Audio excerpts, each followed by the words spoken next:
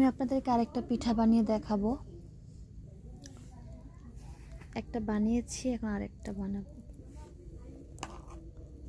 এটার ভিতরে যদি একটা কাঁচামরিচ দিয়ে দিতে পারতাম, তারপর যদি এটা নয়ন বেয়াকে খাইতে পারতাম, ভালো হতো না? বা এত না, ব্যয় দোকানে গেছে গেছে, যাই হোক।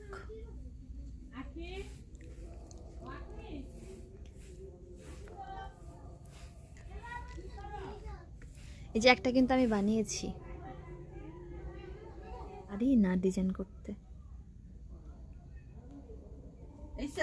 হ্যাঁ মা, হ্যাঁ বল। পরে নকশি মুকশি করিস অনে আগে কটা দাঁড়ান, এই দেখেন কত সুন্দর হয়েছে আমার পিঠাটা। আচ্ছা ঠিক আছে, বুঝলাম। তো মানে কটা মা বুঝে লাইছে, বানিয়ে দে। দেখেন আমি দুইটা পিঠা বানাইছি, কত সুন্দর হয়েছে। বুঝলাম তো, সুন্দর হয়েছে। আর আমি ভিডিও করতেছি, ভিডিওর ভিতরে কইতাছি। আল্লাহ।